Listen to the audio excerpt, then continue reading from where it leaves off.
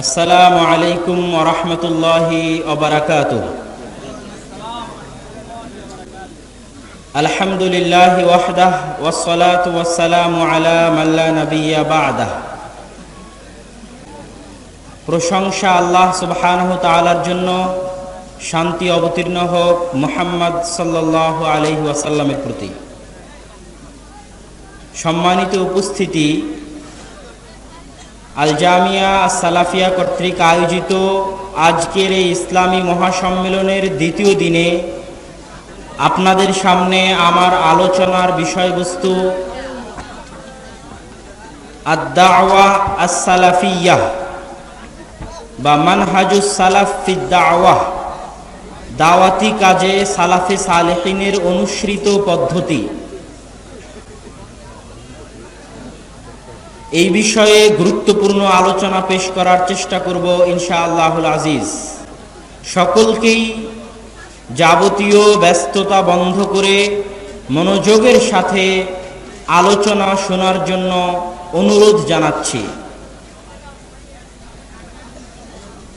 আলোচনার প্রথম পয়েন্ট হবে দাওয়াতি কাজের গুরুত্ব।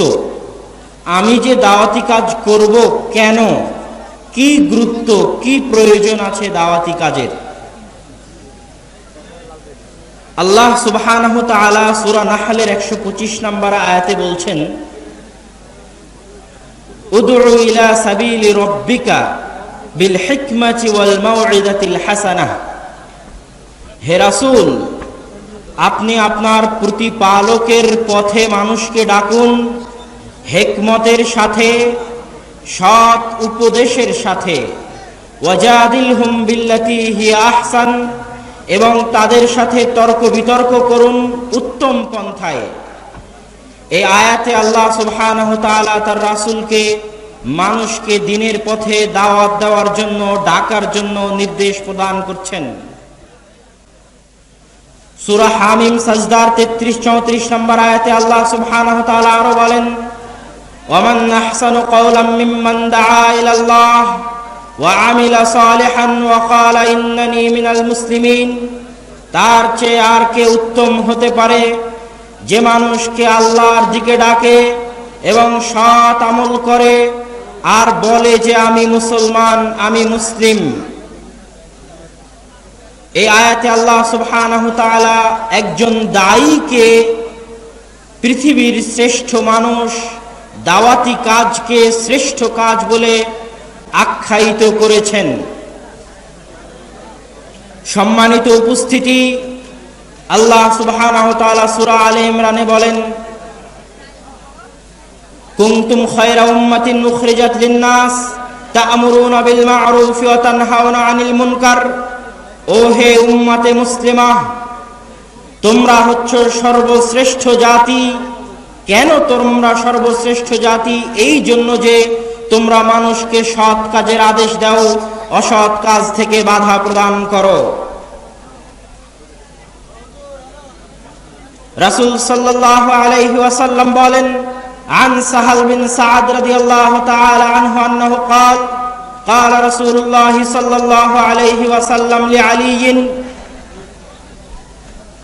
يا علي لأن يهدي الله بك رجلا واحدا خير لك من أن يكون لك حمر النعم। সহিহ বুখারীর 2942 নম্বর হাদিসে রাসূল সাল্লাল্লাহু আলাইহি ওয়াসাল্লাম বলছেন, হে আলী, জেনে রাখো, তোমার হাতে যদি একজন মানুষ হেদায়েত হয়, তোমার দাওয়াত পেয়ে যদি একজন মানুষ হেদায়েত হয়, শুধু একজন, তো তোমার এই দাওয়াতি কাজে একজন মানুষের হেদায়েত হওয়াটা আরব বিশ্বের দামি, লাখো দামের দামি লাল রঙের উটের চাইতেও মূল্যবান। রাসূল সাল্লাল্লাহু আলাইহি ওয়াসাল্লাম আরো বলেন, عن ابي هريره رضي الله تعالى عنه انه قال قال رسول الله صلى الله عليه وسلم من دعا الى هدى, যে ব্যক্তি কাউকে ডাকে সৎ পথে, আল্লাহর রাস্তায়, ফালাহু মিনাল আজরি মিসলা উজুরি মান তাবিআহু, ওয়ালা ইয়ানকুসু মিন উজুরিহিম শাইআ। যে ব্যক্তি মানুষকে ডাকে সৎ পথে এবং তার এই ডাকার কারণে মানুষ হেদায়েত হয়ে যায়, হেদায়েত হওয়ার পর সে যা আমল করবে সেই আমলের একটা অংশ পাবে, ওই ব্যক্তি সেই আমলের অনুরূপ নেকি পাবে ওই ব্যক্তি যে তাকে হেদায়েতের পথে ডেকেছে। আপনারা সকলেই আল্লাহ সুবহানাহু ওয়া তাআলার নিকটে দোয়া করুন, আল্লাহুম্মা হাওয়ালাইনা ওয়ালা আলাইনা, আল্লাহুম্মা হাওয়ালাইনা ওয়ালা আলাইনা, আল্লাহুম্মা হাওয়ালাইনা ওয়ালা আলাইনা। সম্মানিত উপস্থিতি, আল্লাহ সুবহানাহু ওয়া তাআলার দ্বীনের পথে চলতে গিয়ে এই ধরনের কষ্টের মুখোমুখি হওয়া অস্বাভাবিক কিছু নয়। আমরা আমাদের আলোচনার মধ্যে দাওয়াতি কাজ করতে গিয়ে, এটাও একটা দাওয়াতি কাজের অংশ, দাওয়াতি কাজ করতে গিয়ে যে কষ্টের মুখোমুখি হতে হয়, সেই কষ্টের ফলাফল আল্লাহ সুবহানাহু ওয়া তাআলা কি দিবেন সে বিষয়ে আলোচনা করব ইনশাআল্লাহ। দাওয়াতের গুরুত্ব এবং ফজিলতের পরে এবার দুটি কথা। যদি আমি দাওয়াতি কাজ না করি, মানুষকে সৎ কাজের আদেশ না দিই, অসৎ কাজ থেকে বাধা প্রদান না করি, তাহলে আমার সাথে আল্লাহ সুবহানাহু ওয়া তাআলা কি করবেন? আমার সাথে দুটি জরুরি বিষয় ঘটবে।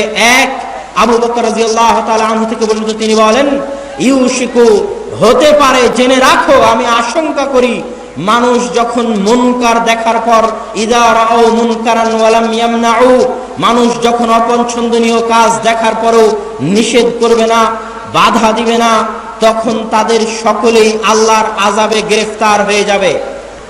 আপনি যতই বড় ইবাদত গুজার বান্দা হন, যতই বড় সুফি হন, যতই বড় তাহাজ্জুদ গুজার হন, আপনার বাড়ির পাশে যদি কেউ অন্যায় কাজে লিপ্ত থাকে, মুনকার কাজে লিপ্ত থাকে, শরীয়ত বিরোধী কাজে লিপ্ত থাকে, আর আপনি যদি তাকে সৎ কাজের আদেশ না দেন, অসৎ কাজ থেকে বাধা প্রদান না করেন, তাহলে যেই দিন আল্লাহর পক্ষ থেকে গজব আসবে, সেই দিন আপনার তাহাজ্জুদ কাজে দিবে না, আপনার ইবাদত কাজে দিবে না। ওই খারাপ ব্যক্তির উপর গজব তো আসবেই, যে আপনি যে তাকে খারাপ কাজ থেকে বাধা দেননি, এর জন্য আপনার উপরও গজব আসতে বাধ্য। রাসূল সাল্লাল্লাহু আলাইহি ওয়াসাল্লাম একটি নৌকার উদাহরণ দিয়েছেন, যে একটি নৌকা, একটি জাহাজ যদি দুই তালা হয়, উপর তালার মানুষরা যদি নিচ তালার মানুষকে দেখে যে তারা পানির কারণে নিচ তালা ফুটা করতেছে, নিচের তালার তলায় ফুটা ছিদ্র করতেছে, তারপরেও যদি দোতলার মানুষ নিচ তালার মানুষকে ওই তলা ফুটা করা থেকে, ছিদ্র করা থেকে বাধা প্রদান না করে, তাহলে যখন জাহাজ ডুববে তখন কেউই বাঁচবে না, নিচতলার মানুষও বাঁচবে না, উপরতলার মানুষও বাঁচবে না। এই জন্য সমাজে আমি আপনি যেখানে বসবাস করি না কেন, যদি আল্লাহর আযাব থেকে, আল্লাহর গজব থেকে বাঁচতে চাই, তাহলে আমাদেরকে অবশ্যই সমাজের যেখানে যে অবস্থায় অন্যায় কাজ দেখতে পাবো, সেখানে সে অবস্থায় অন্যায় কাজে বাধা প্রদান করতে হবে। সম্মানিত উপস্থিতি, দ্বিতীয় যে শাস্তি, দাওয়াতি কাজ না করলে, সৎ কাজের আদেশ না দিলে, অসৎ কাজ থেকে বাধা প্রদান না করলে, দ্বিতীয় যে শাস্তি আমাদের জন্য রয়েছে তা হচ্ছে লা ইস্তাজাবু দুআউনা, আমাদের দোয়া আল্লাহর দরবারে কবুল হবে না। ওই আলেম, ওই শিক্ষিত ব্যক্তি, ওই মুসলিম যে সৎ কাজের আদেশ দেয় না, অসৎ কাজ থেকে বাধা প্রদান করে না, তার দোয়া আল্লাহ সুবহানাহু ওয়া তাআলার দরবারে কবুল হয় না। সম্মানিত উপস্থিতি, দাওয়াতের গুরুত্বের উপর সংক্ষেপে, যেহেতু আমার বিষয় হচ্ছে দাওয়াতের পদ্ধতি, এই জন্য ভূমিকা স্বরূপ দাওয়াতের গুরুত্বের উপর সংক্ষেপে কিছু কথা বলে নিয়ে এবার আসি। আজকের যুগে মানব সমাজে দাওয়াতের ক্ষেত্রে কত ধরনের মানহাজ অনুসরণ করা হয়। আমার ছোট্ট গবেষণায় বর্তমান যুগে দাওয়াতের ক্ষেত্রে মানুষ তিনটি মানহাজ অনুসরণ করে থাকে। এক, আদ-দাওয়া ইলাল আমাল ফাকাত, শুধু আমলের দিকে দাওয়াত। এত রাকাত সালাত আদায় করলে এত নেকি হবে, এতবার তাসবিহ গুনলে এত নেকি হবে, শুধু ফাজাইলে আমল, আকীদা পরিবর্তনের কোনো আহ্বান নাই। এইটা হচ্ছে এক ধরনের মানুষের দাওয়াতের পদ্ধতি। যদিও আকীদাই হচ্ছে ইসলামী শরীয়তের সবচেয়ে গুরুত্বপূর্ণ বিষয়, মানুষ যা চিন্তা ভাবনা করে, মানুষ যে বিশ্বাস পোষণ করে, তার উপরেই মানুষ চলে। আপনি জানেন কিনা জানি না, এর আগেও কয়েক খুতবায় আমি বলেছি, বক্তব্যে বলেছি, আজকের যুগের ইহুদি খ্রিস্টানেরা যত কোটি টাকা, যত লক্ষ টাকা, যত পরিশ্রম অস্ত্র তৈরি করতে ব্যয় না করে, যত কোটি টাকা আপনি ধরে নেন আফগানিস্তানে যত কোটি টাকা তারা মানুষের উপর বম মারতে ব্যয় না করেছে, তার চেয়ে বেশি বেশি টাকা তারা, পরিশ্রম তারা আফগানিস্তানের মা এবং বোনদেরকে, আফগানিস্তানের মুসলমানদের আকীদা, চিন্তা চেতনা পরিবর্তন করার জন্য ব্যয় করেছে। সারা পৃথিবীতে একই অবস্থা। তারা জানে আকীদার কি গুরুত্ব, বিশ্বাসের কি গুরুত্ব, চিন্তা চেতনার কি গুরুত্ব। তারা চায় একজন মুসলিম বোন যেন স্বেচ্ছায় তার বোরখা খুলে ফেলে দেয়, জোর করে খোলার প্রয়োজন না হয়। একজন মুসলিম তরুণ যেন স্মার্ট হওয়ার জন্য স্বেচ্ছায় তার মুখের দাড়ি কেটে চেঁচে সাফা করে আল্লাহর রাসূলের এই সুন্নাতকে পদদলিত করে অপমানিত করে যেন জোর করে মুসলমানের দাড়ি কাটা না লাগে।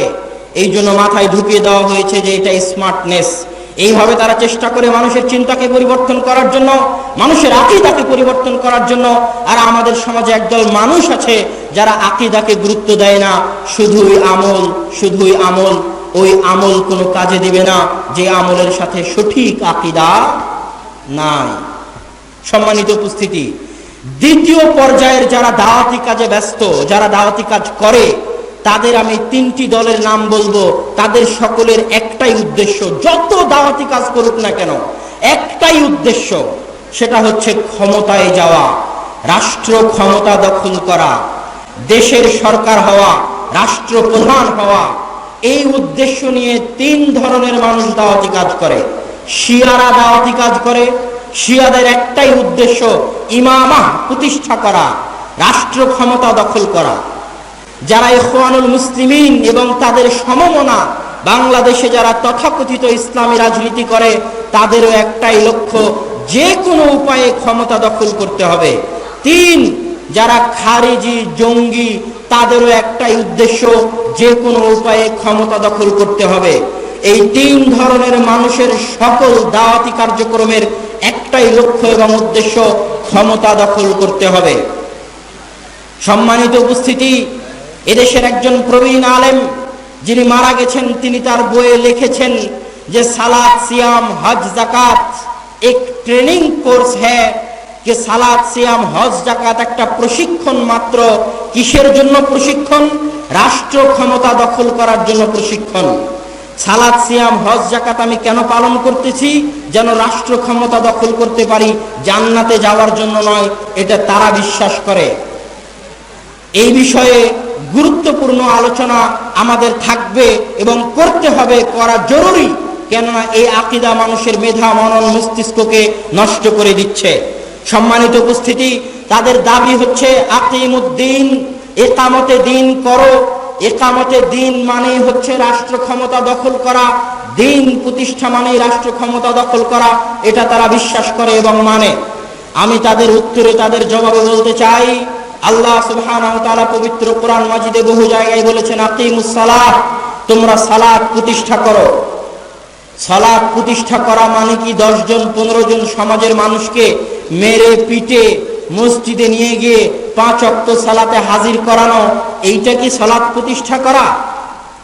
মনে করেন আমি আমার সমাজের 15-20 জন মানুষকে মেরে পিটে মসজিদে নিয়ে গেলাম। সে সূরা ফাতিহাও জানে না, সে ওযু করাও জানে না, সে কিভাবে রুকু করতে হয় তা জানে না, কিভাবে সিজদা দিতে হয় তা জানে না। তাহলে কি ইকামতে সালাত হলো? ইকামতে সালাতের উদ্দেশ্য হচ্ছে সালাতের শুরু থেকে নিয়ে শেষ পর্যন্ত রাসূলের সুন্নাত অনুযায়ী পুঙ্খানুপুঙ্খভাবে বাস্তবায়ন করা। রাসূল যেভাবে সালাত আদায় করেছেন ঠিক সেভাবে সালাত আদায় করার নাম হচ্ছে ইকামতে সালাত। এই অর্থটা যখন আপনি বুঝে যাবেন যে ইকামতে সালাত কাকে বলে, কি, তখন আপনার জন্য স্পষ্ট হবে যে ইকামতে দিন কি। ইকামতে দিন মানে হচ্ছে সকাল থেকে সন্ধ্যা পর্যন্ত, মাথার চাঁদি থেকে পায়ের পাতা পর্যন্ত, জন্ম থেকে মৃত্যু পর্যন্ত, ব্যক্তি, পারিবারিক, সামাজিক, রাষ্ট্রীয় সকল ক্ষেত্রে ইসলামকে পুঙ্খানুপুঙ্খ রূপে মানার নাম হচ্ছে ইকামতে দিন।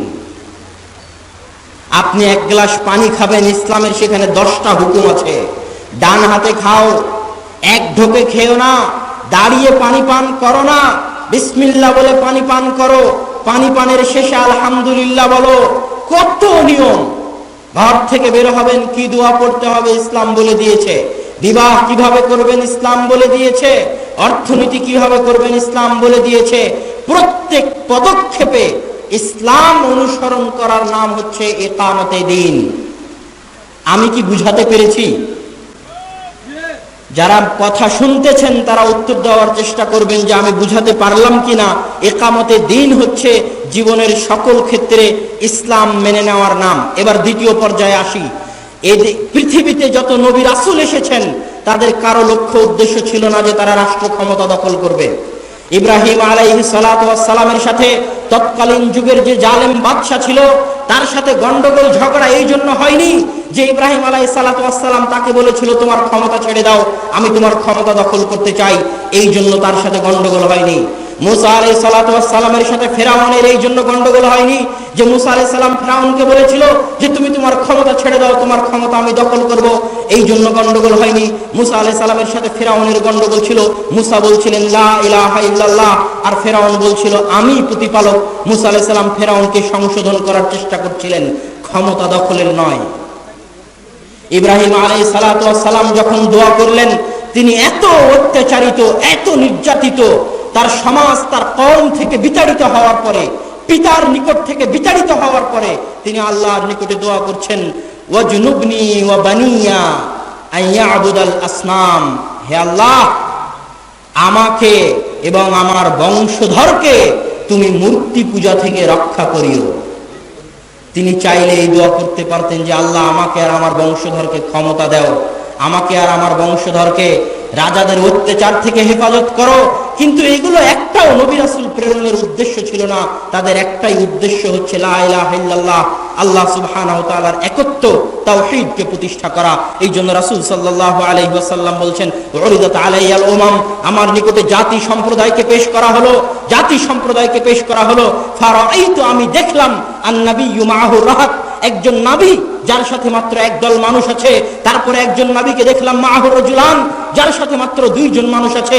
তারপরে একজন নবীকে দেখলাম মাআহু রাজুল, যার সাথে মাত্র একজন মানুষ আছে। তারপরে একজন নবীকে দেখলাম তার সাথে কেউই নাই, লাইসা মাআহু আহাদ, নবী একাই, তার সাথে কেউ নাই। তার মানে নবী রাসূলদের দাওয়াতি কাজের সফলতা এটা নয় যে তারা রাষ্ট্র ক্ষমতা দখল করবে। নূহ আলাইহিস সালাতু ওয়াস সালাম 900 বছর দাওয়াত দিয়ে মাত্র 40 জন মানুষকে হেদায়েত করেছিলেন, রাষ্ট্র ক্ষমতা দখল করতে পারেননি। একদিন নয়, দুই দিন নয়, কল্পনা করুন 60 বছর। আমার এবং আপনার জীবন 60 বছর, রাসূল সাল্লাল্লাহু আলাইহি ওয়াসাল্লাম চলে গেছেন 1400 বছর, আর নূহ আলাইহিস সালাম দাওয়াতি কাজ করেছেন 900 বছর। 900 বছর দাওয়াতি কাজ করার পর মাত্র 40 জন মানুষ হেদায়েত হয়েছে। তথা তাদের কারো উদ্দেশ্য রাষ্ট্র ক্ষমতা ছিল না, তাদের একটাই উদ্দেশ্য ছিল, তাদের একটাই উদ্দেশ্য ছিল মানুষকে জাহান্নামের আগুন থেকে মুক্ত করে জান্নাতের রাস্তা দেখানো। এই জন্য মুস্তাদরাকে হাকিমের একটা হাদিস মনোযোগ দিয়ে শুনুন। রাসূল সাল্লাল্লাহু আলাইহি ওয়াসাল্লাম একদিন ইয়াসেরের পরিবারের পাশ দিয়ে অতিক্রম করতেছেন। ইয়াসেরের পরিবারকে চিনেন? ইসলামের প্রথম মহিলা শহীদ সুমাইয়া রাদিয়াল্লাহু তাআলা আনহা, তার পরিবার হচ্ছে ইয়াসেরের পরিবার। সেই পরিবারের উপর আবু জেহেল তপ্ত মরুভূমির উপর সেই পরিবারের উপর অত্যাচার চালাচ্ছে তপ্ত মরুভূমিতে। এমত অবস্থায় অসহায়ভাবে রাসূল সাল্লাল্লাহু আলাইহি ওয়াসাল্লাম আলে ইয়াসেরের পরিবারের পাশ দিয়ে অতিক্রম করতেছেন। অতিক্রম করতে গিয়ে তিনি ইয়াসেরের পরিবারকে বলছেন সাবরান ইয়া আলা ইয়াসের ইন্না মাওইদাকুমুল জান্নাহ, হে ইয়াসেরের পরিবার, আমি মুহাম্মদ তোমাদেরকে যে দ্বীনের দাওয়াত দিয়েছি, যে ইসলামের দাওয়াত দিয়েছি, এই দাওয়াতের বিনিময়ে আজকে তোমরা যে কষ্ট সহ্য করতেছো, এই তপ্ত মরুভূমিতে তোমাদের উপর যে অত্যাচার করা হচ্ছে, অত্যাচার করে করে আম্মারের মা সুমাইয়াকে যে হত্যা করা হয়েছে, ইয়াসিরের উপর যে অত্যাচার করা হচ্ছে, আম্মারের উপর যে অত্যাচার করা হচ্ছে, এই অত্যাচারের বদলায় আমি মুহাম্মদ তোমাদেরকে রাজত্ব দিতে পারবো না। এই অত্যাচারের বদলায় আমি মুহাম্মদ তোমাদেরকে টাকা পয়সা দিতে পারবো না। এই অত্যাচারের বদলায় আমি মুহাম্মদ তোমাদেরকে নারী, বাড়ি, গাড়ি দিতে পারবো না। তবে একটা জিনিস জেনে রাখো, তোমরা ধৈর্য ধারণ করো, আমি মুহাম্মদ কিয়ামতের মাঠে ইন্না মাওইদাকুমুল জান্নাহ, তোমাদেরকে জান্নাত নিয়ে দিব। সুতরাং যত নবী রাসূল পৃথিবীতে এসেছেন তাদের দাওয়াতি কাজের একটাই উদ্দেশ্য ছিল মানুষকে জাহান্নামের রাস্তা থেকে মুক্ত করে জান্নাতের রাস্তা দেখানো, জান্নাতের পথ দেখানো। সম্মানিত উপস্থিতি,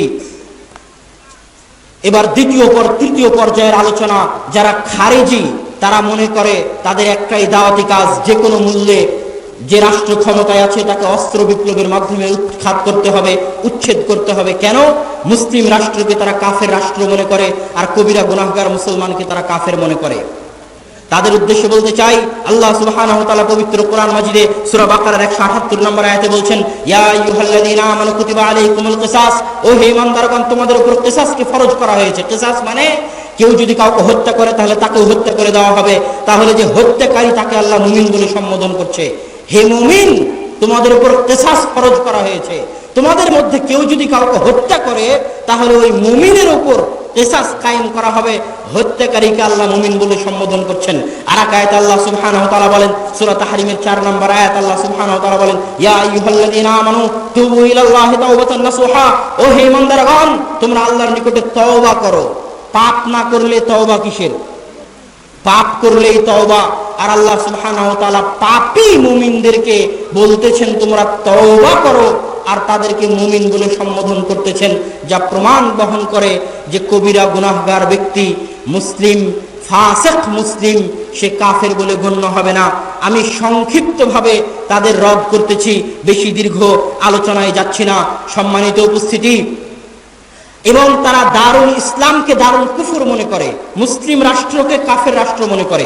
শেখ সালেহ আল উসাইমিন রাহিমাহুল্লাহ বিভিন্ন জায়গায় লিখেছেন যে একটা রাষ্ট্র কখন মুসলিম রাষ্ট্র বলে গণ্য হবে। তিনি লিখেছেন, যদি সেই রাষ্ট্রের শাসক হাকিম মুসলিম হয়, বাহ্যিকভাবে প্রকাশ্যভাবে কোনো কুফরি না দেখা যায়, সে যদি মুসলিম হয়, সেই দেশে বসবাসকারী অধিকাংশ জনগণ যদি মুসলিম হয়, এবং সেই দেশে যদি আত-তাহযীব আল ইসলামী, ইসলামী সংস্কৃতির প্রাধান্য থাকে, মসজিদ আছে, মাদ্রাসা আছে, সালাত আছে, সিয়াম আছে, হজ আছে, যাকাত আছে, ইসলামী সংস্কৃতির যদি প্রাধান্য থাকে, তাহলে এই তিনটা জিনিস থাকলে সেই রাষ্ট্রকে মুসলিম রাষ্ট্র বলে গণ্য করা হবে।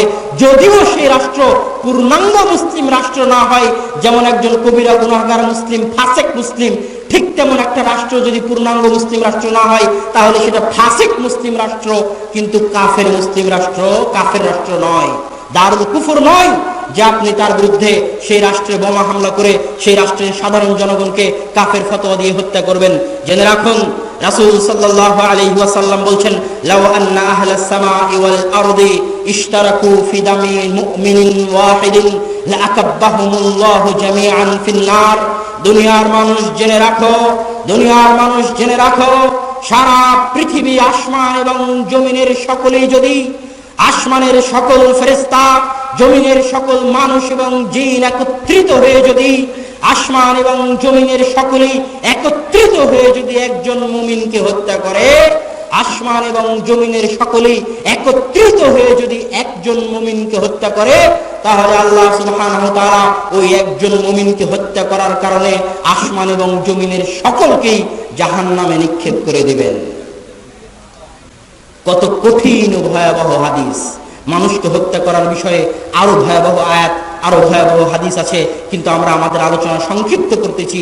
একটি হাদিস প্রমাণ করে যে ব্যক্তি কালেমা পড়েছে, লা ইলাহা ইল্লাল্লাহ, তাকে হত্যা করা কতটা ভয়াবহ এবং কতটা কঠিন। সম্মানিত উপস্থিতি, এখানে আরো একটি বিষয় মনে রাখতে হবে, যে আমরা যারা জঙ্গিবাদী তৎপরতা পরিচালনা করে, তারা ইমাম ছাড়াই, নেতা ছাড়াই, রাষ্ট্রীয় ক্ষমতা ছাড়াই জিহাদের কথা বলে, অথচ সহিহ মুসলিমে রাসূল সাল্লাল্লাহু আলাইহি ওয়াসাল্লাম বলছেন যে জিহাদ পরিচালিত হবে, ইন্নামাল ইমাম জুন্নাতুন ইউকাতালু মিন ওয়ারাইহি, রাষ্ট্র নেতা হচ্ছে ঢাল, তার পিছনে থেকে জিহাদ পরিচালিত হবে। ইসলামে কিছু নিয়ম আছে, কিছু বিধান আছে যা রাষ্ট্র ক্ষমতা ছাড়া বাস্তবায়ন করা যায় না। যেমন জিহাদ রাষ্ট্র ক্ষমতা ছাড়া বাস্তবায়ন করা যায় না, হজ রাষ্ট্র ক্ষমতা ছাড়া বাস্তবায়ন করা যায় না, ঠিক ঈদের সালাত রাষ্ট্র ক্ষমতা ছাড়া বাস্তবায়ন করা যায় না। এই গ্রামে একদিন ঈদের সালাত, ওই গ্রামে একদিন ঈদের সালাত, এরকম নয়। দেশের ইমাম দেশের নেতা যেই দিন ঈদের সালাতের ঘোষণা দিবেন সেই দিন মানুষ ঈদের সালাত আদায় করবে। এইরকম ইসলামে কিছু বিষয় আছে যেগুলো রাষ্ট্রনেতা ছাড়া সম্ভব নয়। তাই যারা রাষ্ট্রনেতা ছাড়াই জঙ্গিবাদী তৎপরতার মাধ্যমে মুসলমানদেরকে হত্যা করতেছে এবং রাষ্ট্র ক্ষমতা দখল করার চিন্তা করতেছে, তাদের এই ধরনের চিন্তা অত্যন্ত ভয়াবহ। সম্মানিত উপস্থিতি, আজকের মুসলিম বিশ্বে দেখুন, সিরিয়া দেখুন, ইয়েমেন দেখুন, মিশর দেখুন, লেবানন দেখুন, এই রাষ্ট্রগুলোকে দেখুন। প্রত্যেক যে রাষ্ট্রে মুসলিম সরকারের বিরুদ্ধে বিদ্রোহ করা হয়েছে সেই রাষ্ট্রে শুধু মুসলমানদের রক্ত ঝরছে, শুধু মুসলমানদের রক্ত ঝরছে। আমি তো বলি, আজকের জঙ্গিরা যারা জঙ্গিবাদী তৎপরতা পরিচালনা করছে তারা যত মুসলমানকে হত্যা করেছে ইহুদি খ্রিস্টানেরা অত মুসলমানকে হত্যা করেনি। এই জন্য রাসূল সাল্লাল্লাহু আলাইহি ওয়াসাল্লাম বুখারীর হাদিসে বলছেন, ইয়াকতুলুনা আহলাল ইসলাম ওয়া ইয়াতরুকুনা আহলাল আওসান। জেনে রাখো দুনিয়ার মানুষ, এক সময় যখন এই জঙ্গি খারজিদের আবির্ভাব হবে, যাদের বয়স অল্প হবে, তারা কি করবে তোমরা কি জানো? ইয়াকতুলুনা আহলাল ইসলাম, মুসলমানকে কাফের ফতোয়া দিয়ে মুসলমানদের হত্যা করবে। ওয়া ইয়াতরুকুনা আহলাল আওসান, আর যারা মূর্তি পূজক আছে, সত্যিকার যারা কাফের আছে, সত্যিকার যারা ইহুদি খ্রিস্টান আছে, তাদেরকে ছেড়ে দিবে, তাদেরকে হত্যা করবে না, আর মুসলমানদেরকে কাফের ফতোয়া দিয়ে হত্যা করবে। আর বাস্তবে তাই হচ্ছে, তাই ঘটতেছে। সম্মানিত উপস্থিতি, যদি কেউ রাষ্ট্র ক্ষমতার বিরুদ্ধে বিদ্রোহ করতে চায় তাহলে দুটি শর্ত জরুরি ভিত্তিতে লাগবে। এক, রাষ্ট্র যিনি প্রধান তাকে কাফের প্রমাণিত করতে হবে, যে তিনি স্পষ্টভাবে বর্তমান যিনি রাষ্ট্রপ্রধান তিনি কাফের, এটা প্রমাণ করতে হবে। দুই, যদি প্রমাণ হয়ে যায় যে রাষ্ট্রপ্রধান কাফের, তাহলে তাকে সরানোর মতো ক্ষমতা থাকতে হবে। যদি সরানোর মতো ক্ষমতা না থাকে তাহলে রাষ্ট্রপ্রধান কাফের হলেও তার অধীনে তার আনুগত্য করতে হবে। এটা ইসলামের নিয়ম। সম্মানিত উপস্থিতি, তারপরের কথা বলে আমি সামনের দিকে আলোচনা বাড়াবো। যারা জঙ্গিবাদী তৎপরতা চালায় তারা তো মুসলমানদেরকে হত্যা করে বিভিন্ন রাষ্ট্রে, বিভিন্ন খ্রিস্টান রাষ্ট্রে গিয়ে এমনি একজন খ্রিস্টানকে বম মেরে হত্যা করে দিচ্ছে এবং ইসলামের দুর্নাম করতেছে। আসলে একজন কাফেরকে আপনি কখন হত্যা করতে পারেন? একজন কাফেরও আপনার নিকটে চার অবস্থায় নিরাপত্তা পাবে। একজন কাফেরও আপনার নিকটে চার অবস্থায় নিরাপত্তা পাবে। একজন কাফেরও আপনার নিকটে চার অবস্থায় নিরাপত্তা পাবে। এক, মুস্তামিন, যে কাফের আপনার দেশে এসেছে ভিসা নিয়ে, আপনার নিরাপত্তা নিয়ে। বাংলাদেশে কোনো কাফের রাষ্ট্রের কাফের যদি ভিসা নিয়ে আসে, বাংলাদেশ সরকারের নিরাপত্তা নিয়ে আসে, তাহলে তার রক্ত আপনার জন্য হারাম। ইসলামিক খেলাফত যদি কোনো কাফেরকে তার খেলাফতের মধ্যে প্রবেশের অনুমতি দেয় নিরাপত্তা দিয়ে, তাহলে সে কাফের হওয়ার পরও তাকে আপনি হত্যা করতে পারবেন না। দুই, যারা মুসলিম রাষ্ট্রে ইসলামিক খেলাফতের অধীনে জিজিয়া কর দিয়ে বসবাস করে, যাদেরকে কর নেওয়ার মাধ্যমে তাদেরকে নিরাপত্তা দেওয়া হয়েছে, তাদেরকে হত্যা করতে পারবেন না। তাদেরকে হত্যা করলে রাসূল সাল্লাল্লাহু আলাইহি ওয়াসাল্লাম বলছেন সে জান্নাতের গন্ধও পাবে না। তিন, যেই কাফের রাষ্ট্রের সাথে মুসলিম রাষ্ট্রের চুক্তি হয়েছে, ইসলামিক খেলাফতের কোন কাফের রাষ্ট্রের সাথে চুক্তি হয়েছে, ওই চুক্তিবদ্ধ কাফের রাষ্ট্রের কোন কাফেরকে আপনি হত্যা করতে পারবেন না। চার, যুদ্ধের মাঠে যখন কাফের আসবে অস্ত্র নিয়ে আপনাকে মারার জন্য, তখন আপনি তাকে হত্যা করতে পারবেন। কিন্তু যেই রাষ্ট্রের সাথে যুদ্ধ চলতেছে, যুদ্ধের মাঠে আছেন, যেই রাষ্ট্রের সাথে যুদ্ধ চলতেছে, ওই রাষ্ট্রের নারী, শিশু যারা অস্ত্র নিয়ে মাঠে আসেনি, তাদেরকে আপনি হত্যা করতে পারবেন না। এই চার অবস্থায় একজন কাফেরও আপনার নিকটে নিরাপত্তা পাবে। ইসলাম পাগলের ধর্ম নয়, ইসলাম হচ্ছে সুচিন্তিত মতামতের ভিত্তিতে আল্লাহ সুবহানাহু ওয়া তাআলার প্রেরিত সর্বশেষ এবং সবচেয়ে সঠিক ধর্ম। সম্মানিত উপস্থিতি, আমরা দুই শ্রেণীর মানুষের আলোচনা করলাম যাদের দাওয়াতি পদ্ধতি। প্রথমে বলেছিলাম যাদের দাওয়াতের উদ্দেশ্য একটাই, শুধু আমল করো, আকীদার পরিবর্তনের আহ্বান নাই। দুই, তাদের কথা বলেছিলাম যারা তিন শ্রেণীর মানুষ, যারা খারিজি, যারা শিয়া, আল ইখওয়ানুল মুসলিমিন এবং তাদের মতাদর্শে বিশ্বাসী, দেশে যারা তথাকথিত ইসলামী রাজনীতি করে, তাদের একটাই উদ্দেশ্য যে রাষ্ট্র ক্ষমতা দখল করতে হবে, রাষ্ট্র ক্ষমতার মালিক হতে হবে, এটাই তাদের উদ্দেশ্য। তৃতীয় পন্থী যাদেরকে আমরা সালাফি বলে থাকি, তাদের যে দাওয়াতি মানহাজ, এই দাওয়াতি মানহাজ কি? এই দাওয়াতি মানহাজের উপর সংক্ষিপ্ত কথা বলে বক্তব্যে ইতি টানবো ইনশাআল্লাহুল আজিজ। সালাফিদের দাওয়াতি মানহাজের কথা বলার শুরুতে বলতে চাই যে রাসূল সাল্লাল্লাহু আলাইহি ওয়াসাল্লাম হাদিসে বলেছেন, লা তাযালু তায়ফাতুম মিন উম্মতি যাহিরিনা আলাল হক লা ইয়াদুররুহুম মান খাযালাহুম। জেনে রাখো, আমার উম্মতের মধ্যে একদল মানুষ চিরদিন হকের উপর টিকে থাকবে, তারা কিয়ামত পর্যন্ত হকের উপর টিকে থাকবে। কেউ যদি তাদের ক্ষতি করতে চায় বিন্দুমাত্র ক্ষতি করতে পারবে না। এই যে দলের কথা, এই যে সম্প্রদায়ের কথা, এই যে জামাতের কথা রাসূল সাল্লাল্লাহু আলাইহি ওয়াসাল্লাম বললেন, যারা কিয়ামত পর্যন্ত হকের উপর টিকে থাকবে তাদের কি বলা হয় ফিরকায়ে নাজিয়া, তাদের কি বলা হয় তায়েফা মানসুরা, তাদের কি বলা হয় গোরাবা।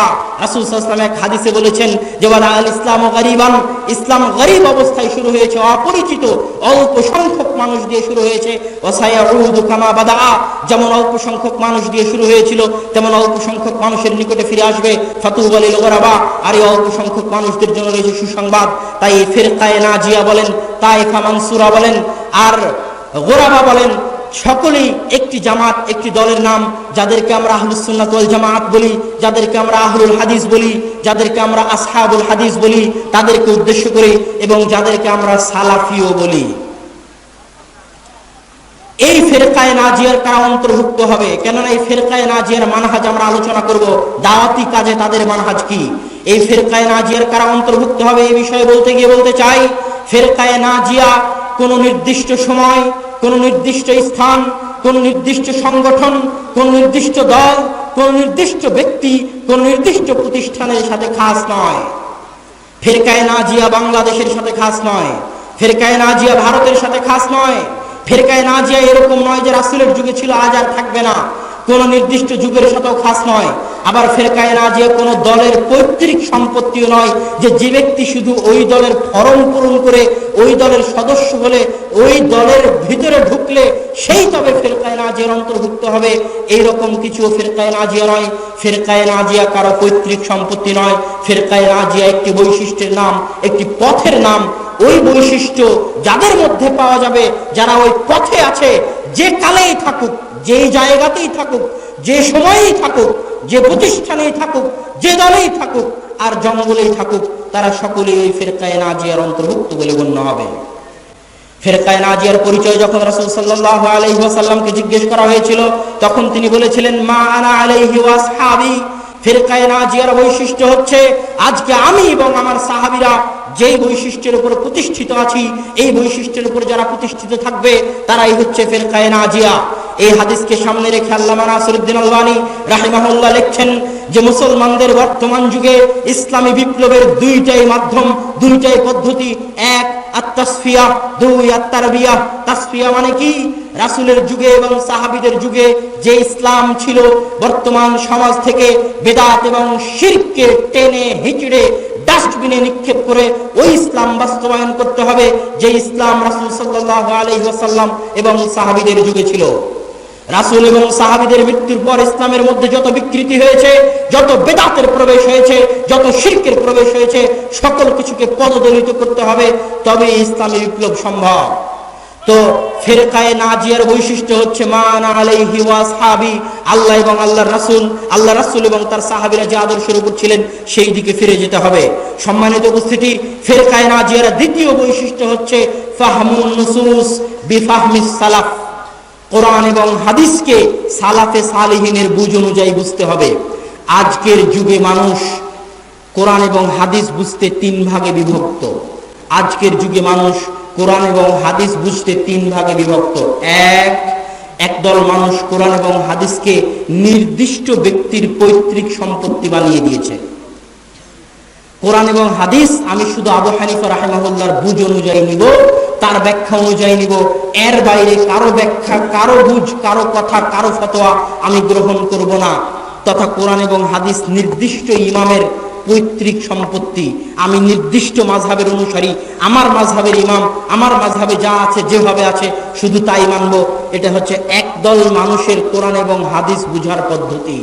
দুই, আরেক দল মানুষ কোরআন এবং হাদিস বুঝে নিজ বুঝ অনুযায়ী।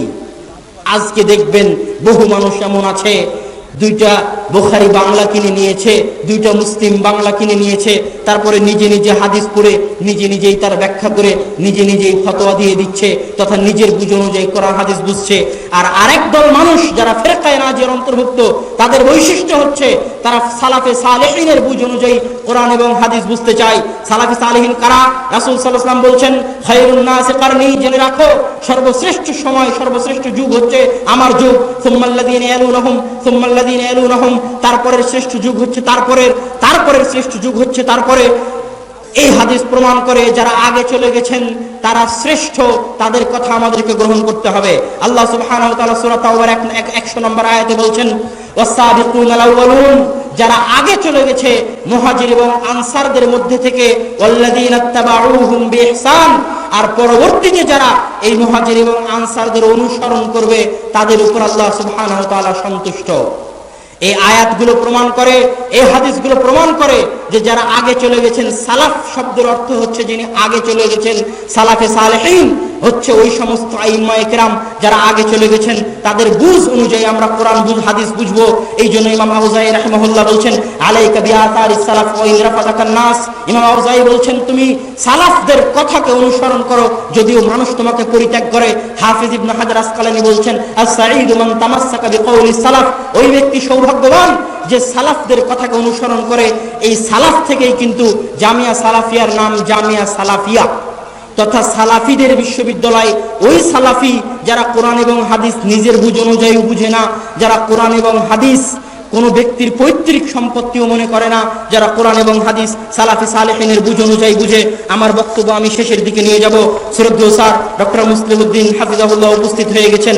আমার বক্তব্যের যারা মানহাজুস সালাফ ফি দাওয়াহ এর 3 থেকে 4টি পয়েন্ট উল্লেখ করে আমি কথা শেষ করব। 1 নাম্বার পয়েন্ট, আদ-দাওয়া ইলাল্লাহ। সালাফদের দাওয়াতে পদ্ধতির 1 নাম্বার মানহাজ হচ্ছে দাওয়াত হবে আল্লাহর দিকে। দাওয়াত কোনো নির্দিষ্ট দলের জন্য নয়, দাওয়াত রাষ্ট্র ক্ষমতা দখলের জন্য নয়, দাওয়াত কোনো নির্দিষ্ট সংগঠনের জন্য নয়, দাওয়াত কোনো ব্যক্তির জন্য নয়, দাওয়াত কোনো প্রতিষ্ঠানের জন্য নয় যে আসো আমার দলে অন্তর্ভুক্ত হও, আমার সংগঠনে আসো, এই রকম দাওয়াত নয়। দাওয়াত হবে ইলাল্লাহ, আল্লাহ সুবহানাহু ওয়া তাআলার জন্য। আল্লাহ সুবহানাহু ওয়া তাআলা পবিত্র কোরআন মাজিদে বলছেন, ওয়ালাকাদ বাআসনা ফি কুল্লি উম্মাতিন রাসূলান আন ইউবুদুল্লাহ ওয়াজতানিবুত তাগুত, আমরা প্রত্যেক উম্মতের নিকটে একজন রাসূল প্রেরণ করেছি শুধু এই দাওয়াত দেওয়ার জন্য যে আল্লাহর তাওহীদ প্রতিষ্ঠা করো, আল্লাহর একাত্মবাদকে প্রতিষ্ঠা করো। আল্লাহ সুবহানাহু ওয়া তাআলা বলেন, ওয়া মা আরসালনা মিন ক্বাবলিকা মির রাসূলিন, আমি আপনার পূর্বে প্রত্যেক যত রাসূলকে প্রেরণ করেছি সকল রাসূলের নিকটে একই ওহী পাঠিয়েছিলাম যে লা ইলাহা ইল্লাল্লাহ, আমি আল্লাহ ব্যতীত কোনো মাবুদ নাই। এই দাওয়াতই হচ্ছে লোকদেরকে দিতে হবে। এটা হচ্ছে 1 নম্বর বৈশিষ্ট্য। 2 নম্বর বৈশিষ্ট্য, আদ-দাওয়া লিল্লাহ, দাওয়াত হবে শুধু আল্লাহর সন্তুষ্টির জন্য। আবু হুরায়রা রাদিয়াল্লাহু তাআলা থেকে বর্ণিত, তিনি বলেন, রাসূল সাল্লাল্লাহু আলাইহি ওয়াসাল্লাম বলছেন, ইন্না আউওয়ালান নাস ইউকদা ইয়াউমাল কিয়ামা সালাস, কিয়ামতের দিন প্রথম 3 জনের বিচার করা হবে। একজন হচ্ছে ওই ব্যক্তি যে আল্লাহর রাস্তায় তার জীবন দিয়ে দিয়েছে। আপনি এখানে 2 দিন সময় দিয়েছেন, 10 টাকা দিয়েছেন। আরেকজন ব্যক্তি জীবন আল্লাহর রাস্তায় দিয়ে দিয়েছে, তাকে কিয়ামতের মাঠে আনা হবে। ফারাফা নিআমাহু ফারাফা, তাকে তার নিয়ামতের কথা বলা হবে, সে নিয়ামত স্বীকার করবে। তাকে বলা হবে, মাযা আমিলতা ফি, এই নিয়ামতের বদৌলতে তুমি কি করেছো? সে বলবে, কাতালতু ফি সাবিলিক, হে আল্লাহ আমি আপনার রাস্তায় যুদ্ধ করেছি, ওয়াস্তুশহিদতু, এবং আপনার রাস্তায় যুদ্ধ করতে করতে আমি মৃত্যুবরণ করেছি, আমার জীবনটাও পর্যন্ত আপনার রাস্তায় দিয়ে দিয়েছি। আল্লাহ বলবেন, কাযাবতা, তুমি মিথ্যা বলছো, তুমি এই জন্য যুদ্ধ করেছো, কালা ইউকালা জারি, যাতে তোমাকে বীর মুক্তিযোদ্ধা বলা হয়, যাতে তোমাকে সাহসী বলা হয়, যাতে তোমাকে মুজাহিদ বলা হয়, এই জন্য তুমি যুদ্ধ করেছো। তারপরে আল্লাহ সুবহানাহু ওয়া তাআলা অর্ডার দিবেন, ফাউমিরা ফাসহিবা বিহা আলা ওয়াজহি ফিন নার, তাকে নাকের মুখে উল্টো করে ছেঁচড়াতে জাহান্নামে নিক্ষেপ করা হবে। জাহান্নামে কাকে নিক্ষেপ করা হচ্ছে? শহীদকে।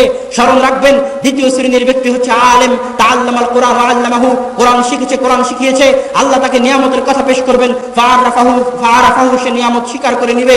তখন আল্লাহ বলবেন, মাযা আমিলতা ফি, এই নিয়ামতের বদৌলতে তুমি কি করেছো? সে বলবে, তাআল্লামতুল কুরআন ওয়া আল্লামতু, হে আল্লাহ আপনি আমাকে যে নিয়ামত দিয়েছিলেন, এই নিয়ামত দিয়ে আমি কোরআন শিখেছি এবং কোরআন শিখিয়েছি, কোরআন এবং হাদিস পড়েছি এবং মানুষকে পড়িয়েছি।